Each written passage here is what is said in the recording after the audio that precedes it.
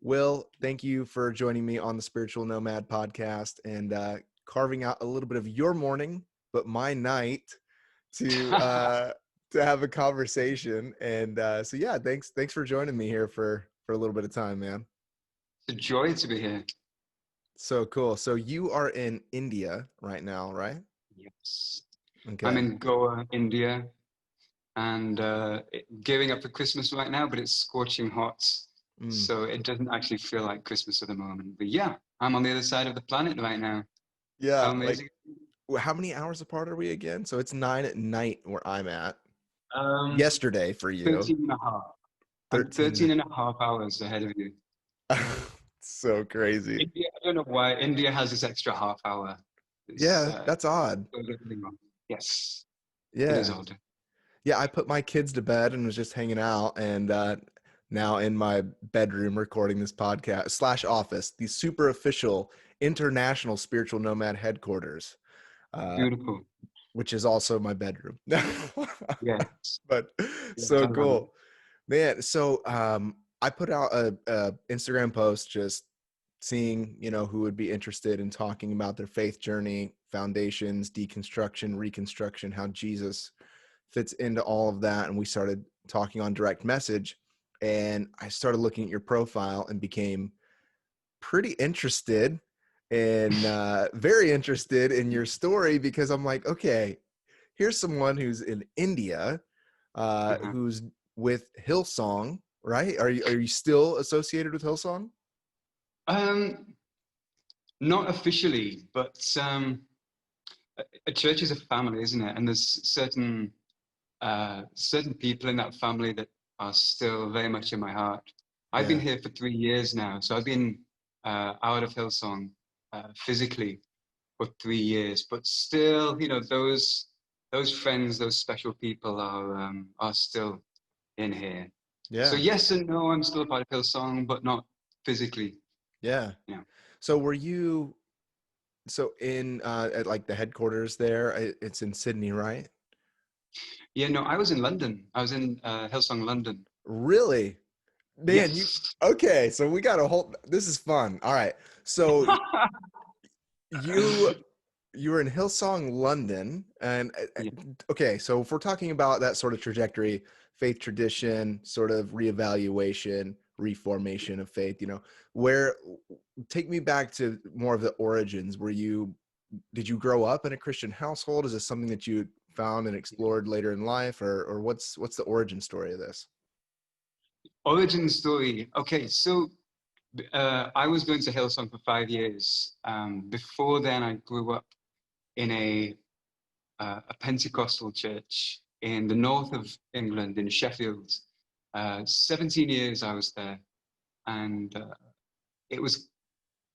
You probably, I don't know if you know the lingo of a son of the house. When you go to a church for so long, you become a part of the furniture. Yeah. You become part of the place. And I'm not going to mention the church by name because it's actually had a lot of bad press recently, and I don't want to shed any more bad light on it. But Yeah. it my auntie, my mum's sister, was always saying that it was a cult. Really? And yeah, when you're in the place, um, you think, no, no, no, we're doing good, we're going somewhere good, and you love the excitement and the trajectory of that whole Pentecostal thing, we've got to save the lost and all of Yeah. this kind of stuff. Pretty Um, exciting from time to time in Pentecostal and charismatic circles, though. yeah, every now and then you have the big offerings that everyone's gearing up for, that you Yeah. have to put all your money on the credit card and then pay it off 10 years later. Uh, so yeah, I was going to this church for a long time, and I was, as I said, part of the furniture, and I was in the worship team pretty much the whole time there. I always played piano. I think when I was born, I was playing the keyboard. Yeah. So there. And songwriting, music directing, worship leading, the whole shebang. And I was the big part of the church until until I decided to move to London. Mm. This whole thing came, I've always been a big fan of film music and film sound. And I wanted to make that work. I loved doing it, and I'd gotten some really fantastic grades from university. So I thought, okay, let's do this. Let's write music and sound for film and TV. Yeah. So I was thinking, how do I do this? And I tried networking in the north of the UK, but it wasn't happening. So I thought, I've got to put my tent in London because it's the only place to really make a film career work. Yeah. So I was thinking, should I go? Should I go? I had grown up my whole life in one place in the Yeah. north of England, uh, almost a small towny kind of atmosphere, where you're born there, you live there, you die there. Yeah. And I went to Hillsong London for a couple of times, and it's in a West End theatre, like a Broadway Mhm. theatre, and they have churches all the way. They have services throughout the day.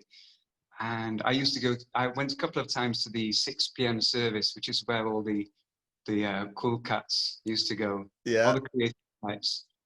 And I was invited to go to the pub after the service with the worship team. This is Hillsong worship team, Yeah. and drinking beer and getting a little bit tipsy and just having so much fun Yeah. and enjoying the family. And I was looking at these people thinking, you drink alcohol, you know, and it was a big shock to me. Oh, by the way, there might be some noise here and there because it's India. There's Yeah. noises of it. So you might hear some dogs barking or a power cut going. So anyway, I Yeah. apologize for that. No, no worries. No So, worries. so I felt super at home at Hillsong, and um, and so I went to my pastor 2012, early 2012, and I said to him, "Listen, this is the deal. I see myself moving to London." Um, I remember I phrased it like, I'd love to be able to get your blessing. Mm. I'm seeking His blessing to embark upon this next step of my journey. And he said, "Yeah, we kind of saw this coming. It's fine. In fact, it's good because we are starting a new church plant, a new congregation Yeah. in." And I was thinking, damn, I had my heart set on Hillsong, where there's already a worship team set up. I can go along for a few months and just relax and be a part of everything instead of, you know, being a part of what we call a church plant, which involves a lot of work on the streets, flying. Hey, I'm living all of that, man. Yeah, yeah. In It's, COVID. So yeah. it's weird. So I would be working in London. I would be working full time. I would be networking, trying to build some friendships, and I wouldn't have time to be flyering and doing, home groups, weekday uh, Yeah. worship nights, Sundays. Pretty much all day Sundays would be dedicated to it. Yeah. And so when he told me that it would be good for me to become a part of the church, my heart sank. Mm. I had to tell him, actually, no, I would be going to Hillsong. Mm. And Luke, tell you what, it was like I was urinating on a relative's grave. He it was like an eruption. He Wow. said, okay, let's take some time and think things over, and then we'll meet up again. Mm. Oh God. Okay. So we met up again. He'd How prepared much these, time was in that? Like how much time did you I guys don't know, need? maybe 2 or 3 days, Okay. enough time for him to collate an attack. So Yeah. he he came at me with three things. I can't remember what two of them were, but one of them was, he told me, now this is a pastor. He told me that if I was to move to Hillsong, London, then I would fade into nothing, into the crowd. and I would become like nothing. Mm. And like, imagine a pastor saying that. He basically told me I would just Played on dissipate. your ego. He played on your ego to try to Yeah. So manipulate it in was, some way, right? I mean, is that how I you, was, or is that how it came across, or in the moment? well, the way it came across in the moment was like, oh, well, maybe that's true. Mm. Because I've been gaslit for 17 years. You know, I've learned what gaslighting actually means this year. I'm very, very proud of it. Mm. Um, Yeah. so yeah, I was being gaslit for 17 years into believing that I would only succeed in life if I was going to this church Mm. and putting my skill as a musician and a songwriter into this particular church. And after that, I questioned everything. Mm. I had to sign on for another year in the house that I was staying at. Sorry, you know, the tenancy agreement. I had to sign another year to stay in Leeds, in the north of England, and because I'd questioned everything, I Wow. thought maybe it's true. Maybe if I went to Hillsong, I would just, I don't know. I was thinking I'd become homeless or something like that, you know. Yeah, yeah. Did you stay at the church then? Like whenever you went into that season, what happened with your involvement there? Yeah, physically, but I'd become an alien to them. Mm. Um, I'd spent 16 years by that point in the worship team, leading worship. You know, I was kind of the golden boy Mm. um, of the church, and then suddenly I was on the back row. Mm. I was being, uh, you know, people were saying, you know, how can you do this? I don't think it's right. I think it's a really bad decision for you.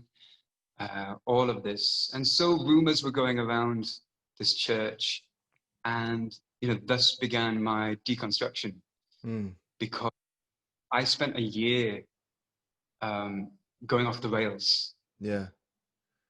If you can appreciate that kind of a phrase, Yeah. Yeah, what? absolutely. Yeah. What it so it, So I yeah, speak more to that. Yeah. so you know, I spent a year like drinking. I properly discovered what alcohol was and pubs and my friends, and I would go to pub quizzes with my friends, and it was actually that all of this churchiness was stripped away from me. I was off the worship team, except for those Sundays when they needed a bass player. Yeah. Oh, Yeah. Will, we need a bass player. I don't even know how to play bass, you know, and you're coming to me. They're like, you could Oh, figure it out, you know. It's always the rhythm section. I'm a drummer, you know, so I get it, you know. It's really? like if you don't have a good rhythm section, you know, and that's always the people are always looking for is drummers, bass players, you know. And Yes, yeah. a lot of guitar players, those seem to be okay to come by, you Oh, yeah. know. A lot of really great guitar players you can use. Yeah. No. Yeah, because guitars are quite easy to pick up, you know, and you can sound good quite quickly. Um, for drums and bass, you've got to have a very keen ear Yeah, the for rhythm, dynamic. groove, you know. If you Yeah. don't have Yeah. dynamic and feel, like, Yeah. because those are rhythms, you know, if you don't have a Yeah. feel to it, then forget about it, you know. So Yeah. I can nerd out on that all day, you know. But so with the whole going off the rails, you said you were entering into more of a season of just going to pubs, doing that sort of thing. Um, what did that begin to look like for you? Did your theology begin to take a shift as well, or at this point was most of it just as far as like personal calling and how that looked in a church in a local setting? Um, how did that look in tandem? You know, theologically and then ecclesiologically, if you know, for that sort of big language, you know, did that influence each other? Well, I think what really happened, I don't know what really happened to my theology. Obviously, I kept hold of my Christianity, but it felt like, um, do you know what? I think my religion was church. I think that's Mm, what it was.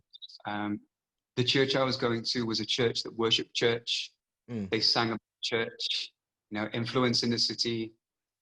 Um, they had outreach programs and stuff like that that were well intentioned, but at the end of the day, it was all about church. Yeah. And so that churchiness was taken away from me. Um, I suddenly had to question, like, okay, where is God? Mm. You know, what is God? Yeah. And it was complete destruction. It was deconstruction to the point where nothing was really being replaced. Mm. Nothing was going in its place. I just found myself sinking. I actually started developing quite serious depression as well, clinical depression. Mm. And it's like all the world was just grey, like you're looking through not frosted glass, you know, like Yeah. Yeah. shower people. Like it just felt like there was no motivation, there's no energy anymore because it seemed everything had been taken away from me. Like Richard Rohr puts it, you know, there's the container, Yeah. and you know, when the container is taken away from you, it still sort of remains there, but you know, it feels like something, there's holes in it. It doesn't work anymore. Yeah. So, so yeah, it was just deconstruction. It was only when I moved to London the following year, and it was like I was shown out the back door of this church, you know, not with Really? a bang, not with a party, just with oh, he's gone, you know, Mm. uh, a year of just heartbreak and you know, where is my family in all this? Not my literal family, Right. you know, my mom, my dad died when I was 10. My mom has stayed with me in everything. She's amazing. Mm. But I was thinking, where's my life? Where's my family in all of this? So then I moved to Hillsong. And Hillsong, so London is a city, it's a very multicultural city. And uh, Hillsong in London is very different to Hillsong in Sydney. It's very, very different because you have all kinds of people going there. Uh, so many people from all over the world, Mm. and people from different cultures, different genders, different identities, different sexualities, and they're all there, and they're all doing life together. And I joined the worship team, and I was approached by a guy called Miggy, who was a worship leader at the time, an amazing singer, Mm. very talented guy. Uh, and Miggy came across to me immediately as gay. He was Yeah. very clearly a gay guy, and he was a worship leader. And there was this, you know, this dissonance in my head, and I'm Yeah. thinking, how can you, you know, Yeah. how can are you gay? How can you be gay? And you know, do they know? And all of Yeah. this. Yeah. Yeah. He's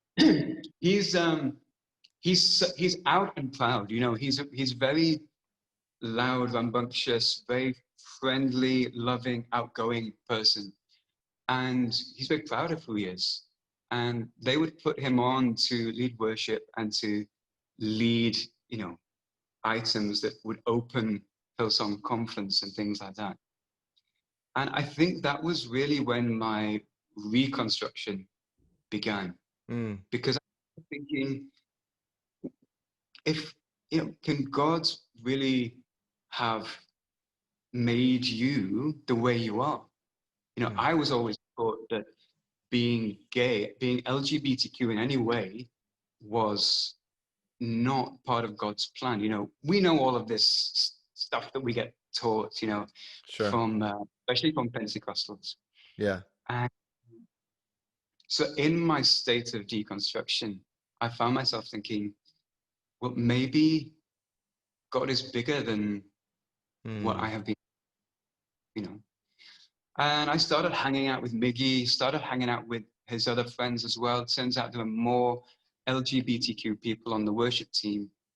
And I know what Brian Houston Right. has publicly said.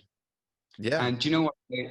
I appreciate that he's clarified his stance. It's a shame that he says it is a shame what the stance is, Hmm. but the fact is that there are actually people in Hillsong that sort of don't fit into that Yeah. box belief system, How is and that? I'm curious with that, like, because it seems like they would need to have, they seem very hierarchy in their approach to leadership. You know what I mean? It's like mm, Brian Houston, he has all of his guys, which, not completely RIP Carl Lentz, but I mean, at least for Hillsong, Carl Lentz, RIP, but like he's got all of these people everywhere. And it seems like there's a pretty tight order of um, obedience that happens mm, to the movement. mm. um, did you sense any sort of tension with like the pastor of that church and the leadership with their involvement? Were they volunteers or on staff? Like maybe that was part of why it was acceptable or not. I don't know. Any thoughts on some of that? Yeah, I think mostly volunteers. Um, they don't. I think because because of the statement put out by Brian Houston, there's I don't know, the LGBTQ community in Hillsong uh, have been shaken up by it, obviously, Hmm. and I know a lot of people that have left, but the people that have stayed to try and make things work from from the ground level, you Hmm. know, from inside the system. Yeah, Because it's a system. totally, It is totally. a system. Um, a lot of it is good, a lot of it is bad. Hmm. Um, but you can still uh, be yourself in your own way. Obviously, there are plenty of affirming churches that you can move to. Yeah, Um, I'm sure in uh, a lo- big city like London. oh yeah, absolutely. Yeah. So So yeah, so that sparked a reconstruction. That's interesting because, a lot of times yeah, I've heard, and even in my own life, it's been some sort of, personal experience or awakening or really understanding the heart, or a change in within myself. But it's almost like you saw a change within the potential of whom God could love in a way. Is that safe to say? yeah, Like there's like a yes, paradigm shift in somebody else's relationship to divinity that began to change you from the outside perspective. yeah. That's really cool. Yeah, and I think because uh, all of that, you know, that container had been shattered in a way, when when I found out, when I just started thinking that God makes, you know, a, a wonderful gay guy who can stand on stage and say, God, you made me this way, you take delight in me, you love me. When I start to think, okay, that's beautiful, then it became limitless. You know, reconstruction is an introduction to infinity. You know, it's Hmm. an introduction to the infinite, to the endlessness, eternal life. You know, Yes, I love that. this is what the Bible talks about. You know, God gives us eternal life. It's not so much a, well, I don't see it as a passage of time, eternal time, but an endlessness, a wide open field where you think, oh, so God, you know, love, not so much God's love, but love has no limits Yeah, because God is love. right. You know, start thinking, okay, if love has no conditions, then okay, God loves you. God loves you as you are right now, right here. You know, I wrote a song um, that a couple of people have complained about. It's called "It's Okay," and the core. It's a worship song. So I've been writing worship songs out of my reconstruction. Mm, Uh, are uh, affirming, not just inclusive, but affirming. yeah. And the song it's okay. It says, it's okay. You don't need to change. It's God speaking. I love you as you are right here, right now. All your joy and your pain's allowed. Just come and sing your song. It's all I want, you know. And a few Mm, Christians have issue with it, saying, no, no, no, you need to change. You need to change. And no, mm, no, God loves you here in this moment right now. You know, yeah. perfection is drawn to perfection, Mm, you know, and and you know, vice versa. You know, yes. God's perfection is drawn to my imperfection. Mm, And again, I'm going to name check Richard Rohr. He says that it's our, oh gosh, what does he say? It's our encounter with grace that spurs us on to change. It's not like we change to become acceptable to God. You know, that wonder that changes us, that transforms us. yes. How to say, okay, I've got to stop doing that. I've got to stop doing that. You know, I've got to stop being that. You know, right now, it's okay. Yeah. I'm just going to enjoy the presence of God. I'm just going to enjoy love Yes. and hopefully let that filter out to everybody else. Yeah. The awe and wonder. I love that. The Oh, emphasis. wonder. Yeah. Yes. That is it. That is it. Yeah. And I think that's been a big part of my reconstruction too, is like recapturing that sort of awe and wonder for Yeah. the bigness of God. And Yeah. I think that that inspires me to live in ways that invite people into that way more. You know, like I think about Yeah. Hillsong and I think about like the evangelistic side, you know, of it. Like we mentioned earlier about like going out and getting the world saved, and it's Uh, hype and it's exciting, and you know, we're gonna take over the, but it's like I've actually been way more evangelistic in my life by experiencing the awe and wonder and living in mm, a new wholeness that is like yes. integrated. And it's like Yes. now I'm able to speak from a place of real transformation. And I think that is what is the most exciting thing about like this sort of reconstruction movement is like, I do think some of these old things that we need to do some mental gymnastics around the language, but quote, evangelism or movements like Mm, that, I think we'll see a fresh breath of air in a reimagined way because people are mm, knowing who they are in God now with a wide lens perspective. And so I'm pretty hopeful for the future. I'm looking forward to the day that we have so many churches that are like a Hillsong in certain ways, but are completely influenced by good old Richie Rohr and you know all those you know yes. those guys. So Yeah. Come and on. ladies as well.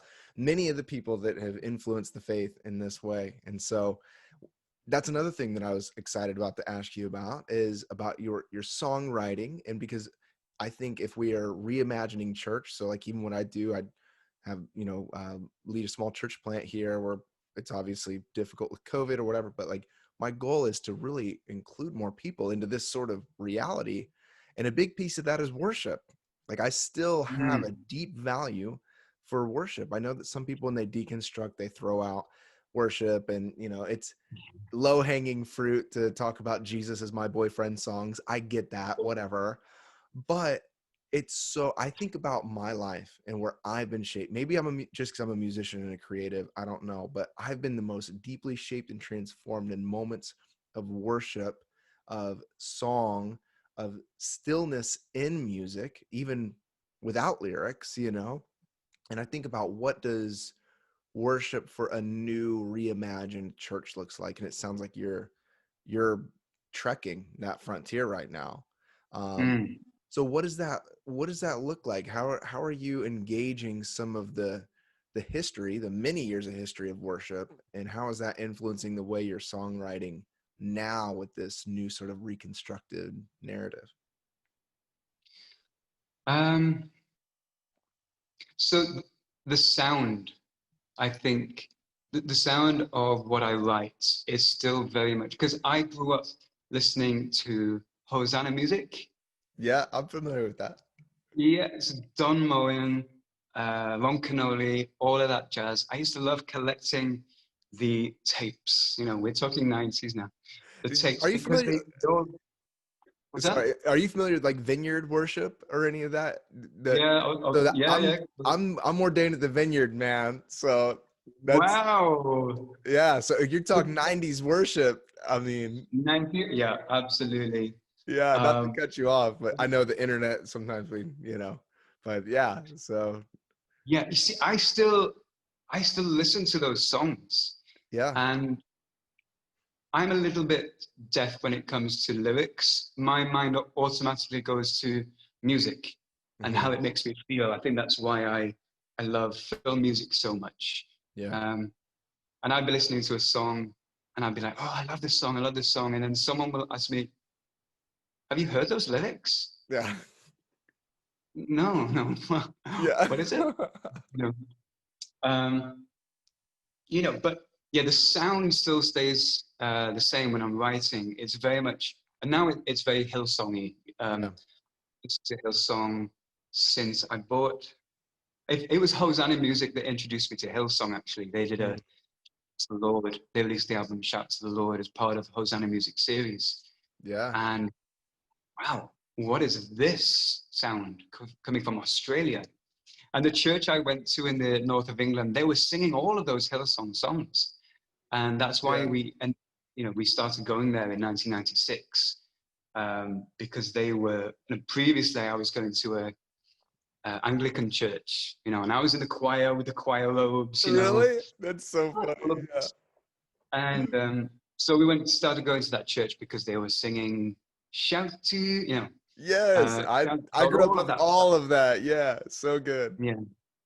So so I've been listening to Hillsong since then, and I love uh, Marty Sampson, Joel Houston, these guys that write some of the most incredible melodies. Melodies very important to me because I think um, that is what you take away as a human being. That's what you take away from a song. You're singing a melody. You're not thinking about, oh, that drum beat was good. When you go and see Jurassic Park, you're not thinking, oh, that orchestra was really good, or I like that percussion. You're thinking, da da da da da da da Right. da. And that's what stays in your head. Yeah. So yeah, melody is very important. So when I'm writing, yeah, the sound of the song, the way that the melody rises and falls and interacts with the harmony, with the chords, that all stays the same. Hmm. But it's the lyrics that I've been questioning for a long time now. And you can say I've had a deconstruction and reconstruction with lyrics. Mm. Uh, sing a lot of Planet Shakers. I don't know if you've heard of Planet Shakers. Mm-mm. No, so they are a conference church worship team in Australia again. Okay. And I think they came from an annual youth conference, and thousands of young people would go to Planet Shakers conference.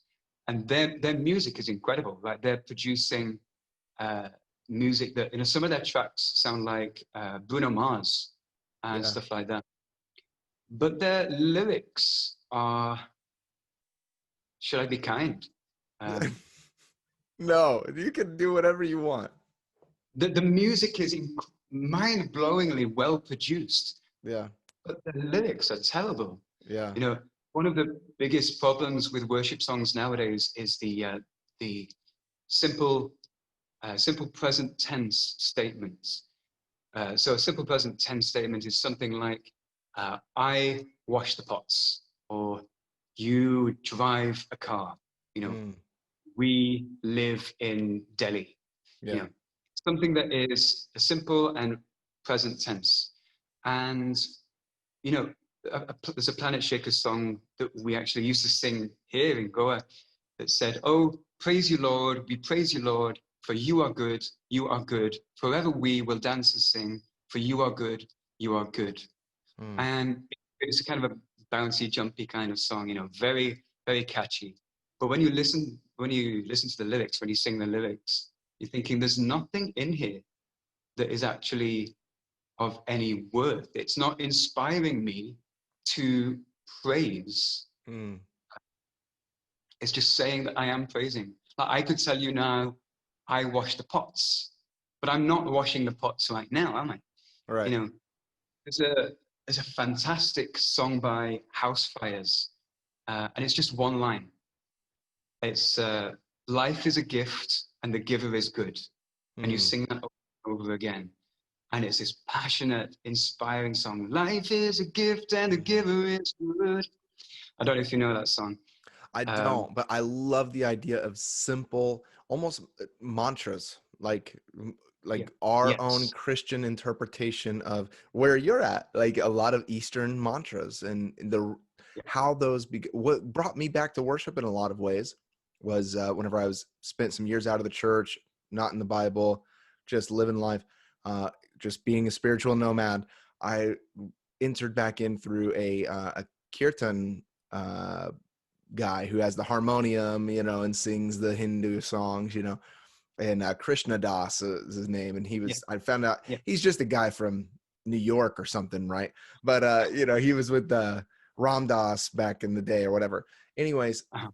and he was talking about when he was broken and he needed healing in his life. What healed him was his personal devotion of meditation and singing these simple mantra songs with the harmonium with people. And like it was those dynamics in like Wow. your own solitude and your community, but the simplicity of the lyrics of Mm. reminding yourself of the eternal beauty of God and how that Yeah. interacts with you and informs your being. And Yeah. it's like that's essentially like we're not doing necessarily anything different in Christian worship. Uh, It's become yeah. something very different in a lot of ways, like what you're saying. But when you tell me about like this worship song from House Fires, I'm like, that reminds me of our own learning of a very ancient practice from the East. You Right. know what I Yeah. mean? And a Yeah. lot of the old worship songs, like a lot of old vineyard songs, were like that. It was very like Right. Yeah. three chords, a few lyrics, repetitive, you Yeah. know, but using more language like what you're talking about. So, anyways, I kind of hijacked your thought there a little bit, but was excited to No, make the it's fine. connection of those things. Um, so anyway, yeah, that house fire song, you're right. That's informing more of your lyric writing, or how's that? Yeah. So that particular song, "Life is a gift and the giver is good." You're right. It's like a mantra. I've not thought about that. Um, that's how. That's how. That's the balls that House Fires have got. They have a whole track, and it goes on. I don't know, 5.5 minutes or so, and the worship leader sort of sings around it, and then they come back and sing it all again. Mm-hmm. And I can be singing that with tears in my eyes, thinking, "Ah, yes, life is a gift and the giver is good." Like that Yes. inspires faith in me. Like I no longer want to sing a song like "We praise you, Lord," because Right. that doesn't have the inspiration in it. The only inspiration in it is that amazing groove in the bass. Mm-hmm. That's the only thing that drives me to worship. Yeah. Right. um, it's funny you should talk about Jesus being the my boyfriend. Yeah. The song "How He Loves Us." Mm-hmm. Yep. Um, I forget his name. Was it Yeah, John Mark McMillan that wrote that song, or was it someone maybe else, I don't know. or at least his version of it? I like. Right. Oh, really? Okay. So there's a line in there. Heaven meets earth like a sloppy wet kiss. Yes. I get so uncomfortable You can do it. still Yeah. singing that. Hey, so many people have like edited that. Like I remember we did where I was on staff at my dad's church, we changed it to unforeseen kiss. Oh Heaven meets wow. earth like an unforeseen kiss, Yes. So I've like heard of someone else singing that. yeah, so it's Yeah. like, trying to edit it and make it work for Mhm. us, our Yeah. context.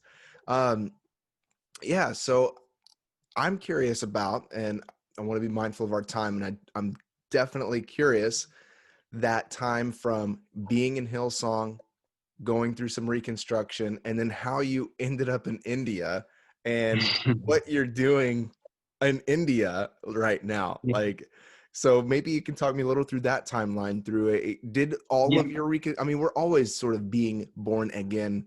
That's like salvation is something that is sozo healing. It's healing of the whole complete self always. It's not necessarily a one-time event, right? So we're always being reconstructed in a particular way. It's this matrix. It's not a timeline, right? But did a lot of that find resolve while you were in London, or did it find resolve at a later date, maybe where you are now? Like, what was in the midst of the transition? Like, I'm curious about some of that. Yeah. Um, so I was on the worship team. I've always had a love for India since I was a little boy, and I was obsessed with the colors and the sounds and the smells and tastes of India. And when I started adolescence, I sort of forgot about that, got on with my life.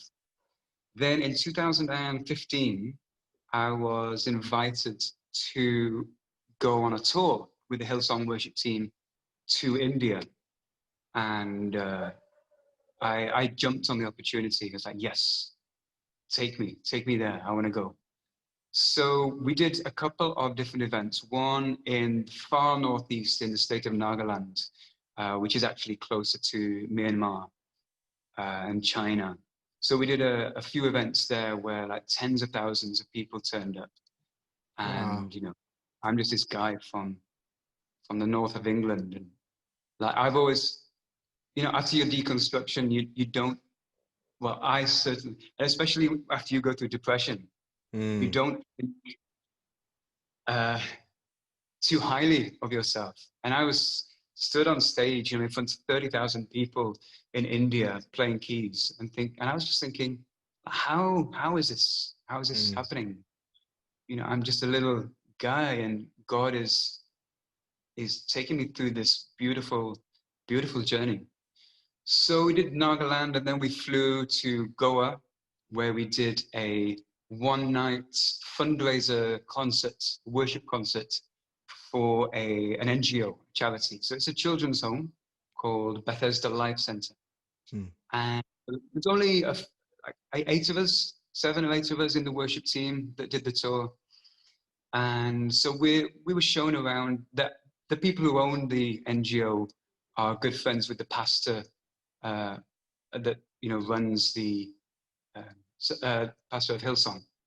So they're really good friends, and so that's how I think we came to do the concert here. So we were shown around the children's homes, and I was lapping up every moment of it. I was thinking, I can't believe I'm here in this moment, Mm, experiencing pure love. I met the kids here. Most of them are either orphans or have come from the poorest of backgrounds, and I was shaking their hands and hugging them and taking selfies with them. And it wasn't. I didn't feel like a tourist. It was like they were my brothers and sisters. It was the most beautiful thing to experience. mm. And these are like the people half the world away. Yeah. And I left that whole tour completely transformed. And I came back home and I was raving about this beautiful experience in India. I couldn't stop talking about it. You couldn't shut me up. And I would tell people stories of the people I met and what I did, and I would be crying as I was talking about it all. And it took a couple of years, but I started thinking, I I should be there. I should be in India doing something.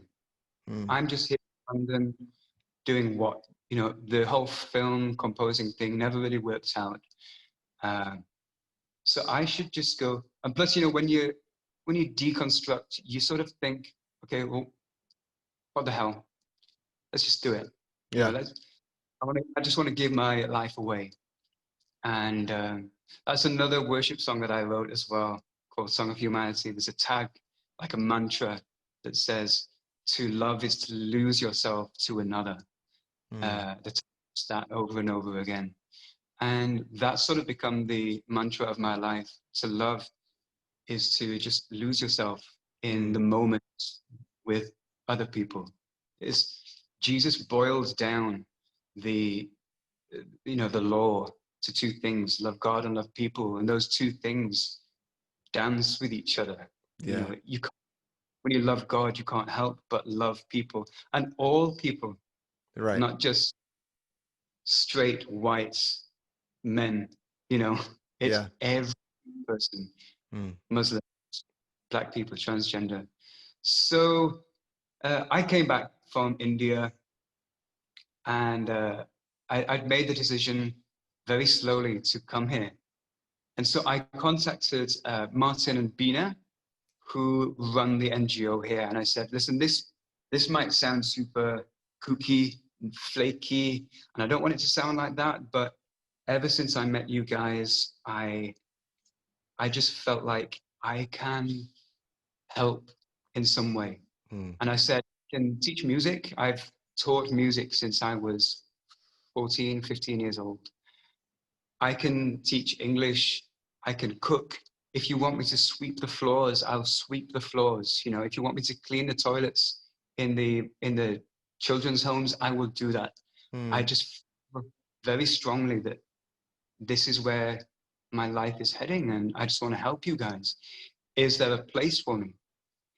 And Bina replied to me straight away on Facebook, and she said, "It's so strange that you contacted us at such a time." This was, I think, 2017, January 2017.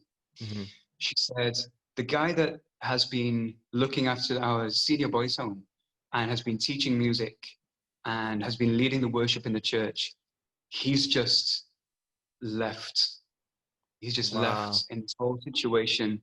And we've been crying out to God, God, please help us. Please send somebody from Bombay or Delhi, somebody that can help us with music in the church." And then I messaged them saying, "Don't know if you Wow. remember me from Hillsong, blah, blah, blah." And so immediately I'm thinking, okay, maybe God is in this. Maybe I'm not going crazy. Then two of my close friends in the UK, they're both from India. One of them is from Goa, which is where this NGO is. So I contacted her, and I didn't want to give the game away, that I was Yeah. thinking of moving to Goa. So I said, "Sharon, if, hypothetically, if someone was to think about moving to Goa, where would be a good place for them to live? Do you know Goa very well?" And she saw straight through it, and she was like, "You're moving to Goa? We have an apartment in Goa, and we're desperate for someone to live there." And Wow. so automatically now, I not only have a place to live, but I have a purpose there. I'm going to be Mm. teaching music to these kids that I feel so close with. Kids that I now, after my deconstruction, I feel like, yes, these people are, people that they're like family. Yeah. You know. Yeah. So I took some time. I paid off, some student debts and stuff. And then in January 2018, I moved here. And so I'm teaching music uh, to the three children's homes, the junior boys, senior boys, and the girls, and seeing some incredible talent coming out of the woodwork. Wow. And it's an absolute joy to be here. And what's even funnier is that Martin and Bina, who are the directors here at the NGO, they are big Rob Bell fans, big Richard Raw fans. Really? Yeah. And my mum came out with me when I first moved here to make sure that, like a good mum would, to make sure that her boy is going to be safe in this strange Yeah. foreign country. And when she met Martin and Bina, and found out that they read Rob Bell and Richard Rohr. She thought, okay, these people might actually be family to my son. Wow. So beautiful thing. Even my mum, that's an interesting story. Telling my mum, because my mum is a widow. She's been a widow since 93. Mm, And I've been very close with my mum.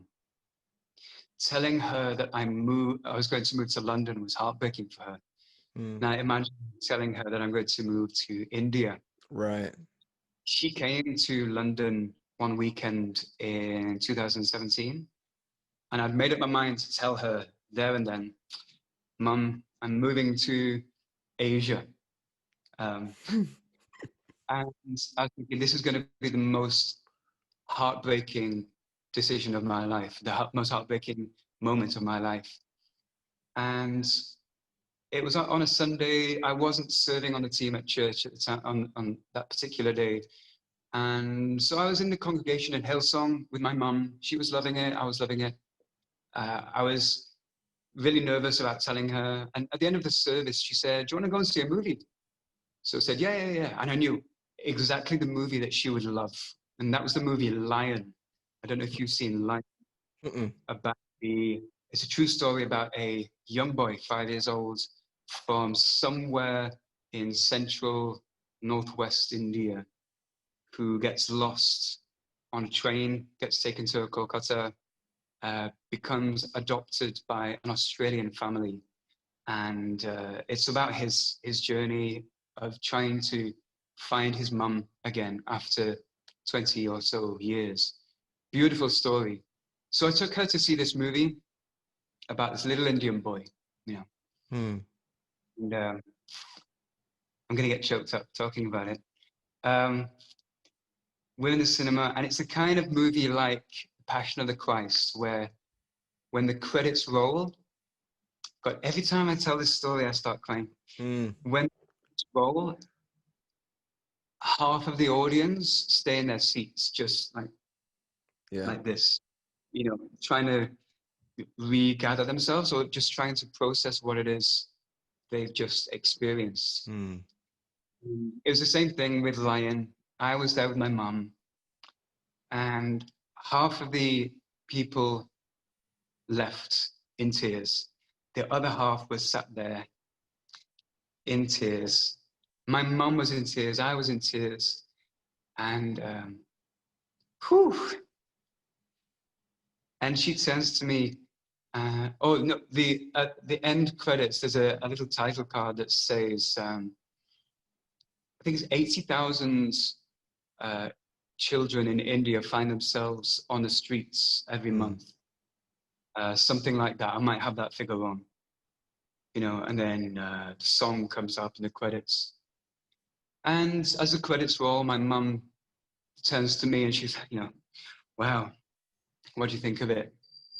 And I said, "Yeah, it's beautiful, isn't it? I'm glad that she liked it." And she said, "What do you think of that? That 80,000 Indian children mm, find themselves on the streets mm. every month." And this happened. Yeah. Yeah. This happened. I just burst out crying. I said, "Whew, come on." You're okay. You're okay. Yeah, yeah. And she starts crying as well. And she turns, she turns to me, and with all the grace and beauty of the Spirit of God, she says, "You've got to go. Mm, You've got to go." You know, and it was like the decision to go was finally sealed, mm, and blessed. yeah. Blessing of my mum, who, you know, has been a rock for me, you know, has been such the presence of God in my life, through all the hard years of, you know, not having a father, through all my years of depression, struggling with debts, uh, you know, all of that. she was the one who turned to me and said, "You've got to go. You've got to Mm. go and do what you can in India." So here I am. It's 3 years later. I don't see any sign of leaving, of going back to the UK. I'm here to stay for sure, as long as the Foreign Registry Office are okay with it. I'm writing songs. I've been writing this. What I feel. I hope it's okay to say are the best songs I've ever written. Yeah. Uh, I just released a song called "To the Lost One," which has just been picked up by a podcast called Yes Jesus, which is an LGBTQ podcast, Mm. and they wrote this song, and it's a song that it's a worship song in the style of Joel Houston that um, lists all the outcasts of society, all the outcasts of religion, you know, the poor, the oppressed, the widow, the orphaned, and it actually directly name checks the LGBTQ people. And I thought I'm going to be brave and put that in a worship song, to Mm. put the words LGBTQ. Heaven is for you. Um, God is for you. God loves you. God is cheering you on as you are. And I've had so many, an overwhelmingly beautiful response to that song. And I'm just loving life here in India. Yeah. I can't, I can't remember what my life was like 10 years ago. Mm. I was serving a God that I was afraid of, Mm. serving a God who I adore, you know, and I'm questioning all lyrics nowadays.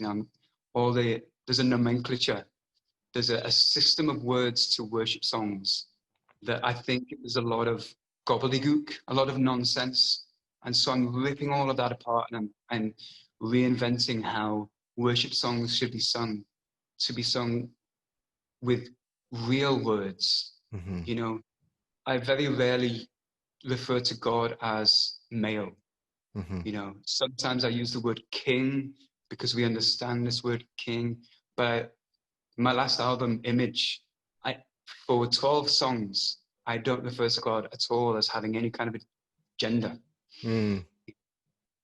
So just I'm tearing all of that apart and trying to get a new sound and a new honesty in worship, real lyrics, honest lyrics, and now mantras. Thanks to you. Yeah.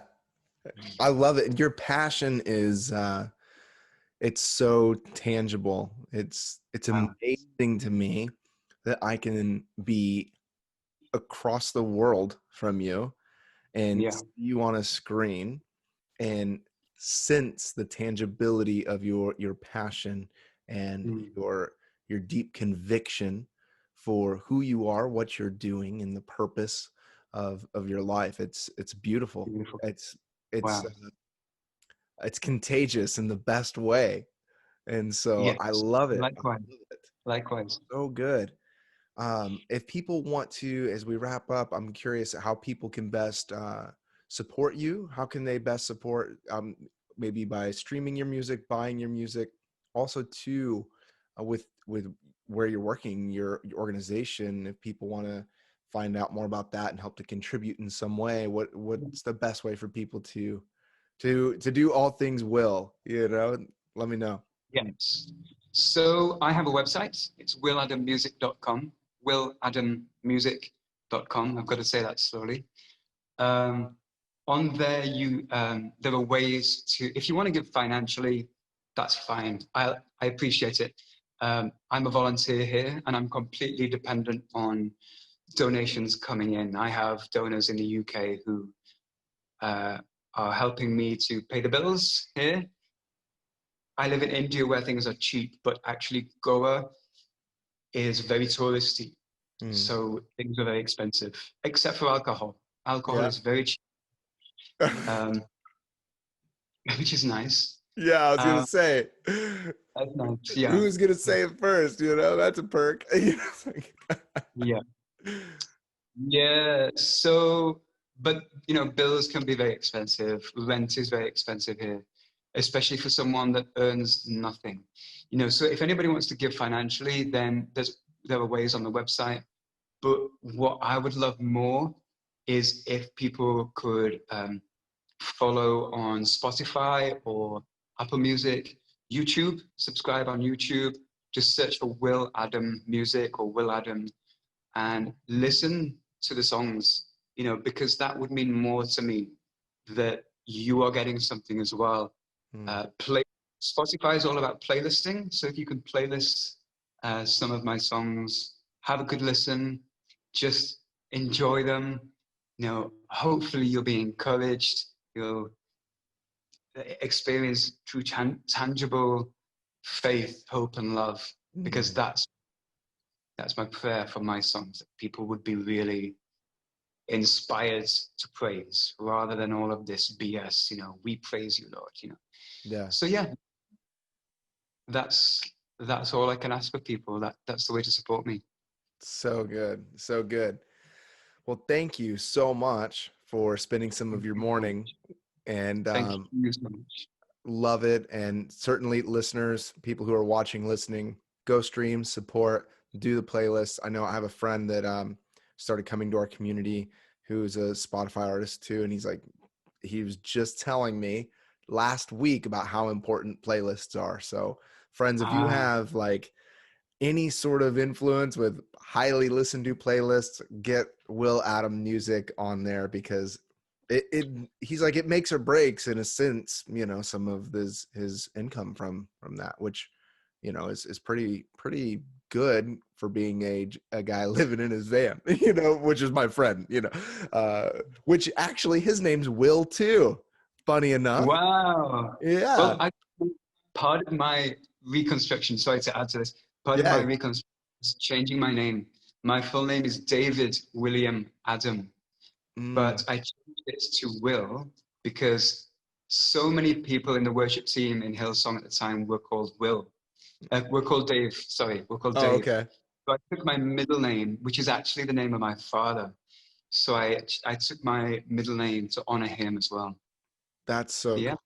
So cool. Beautiful, beautiful. Well, thank you so much, Will. And be sure to give Will a follow and listen to his music, subscribe to his YouTube channel, and let's see worship take a whole new facet going forward. Yes. Yes. Yes. Thank you, my friend. Thank you, Luke. Thank you, everyone.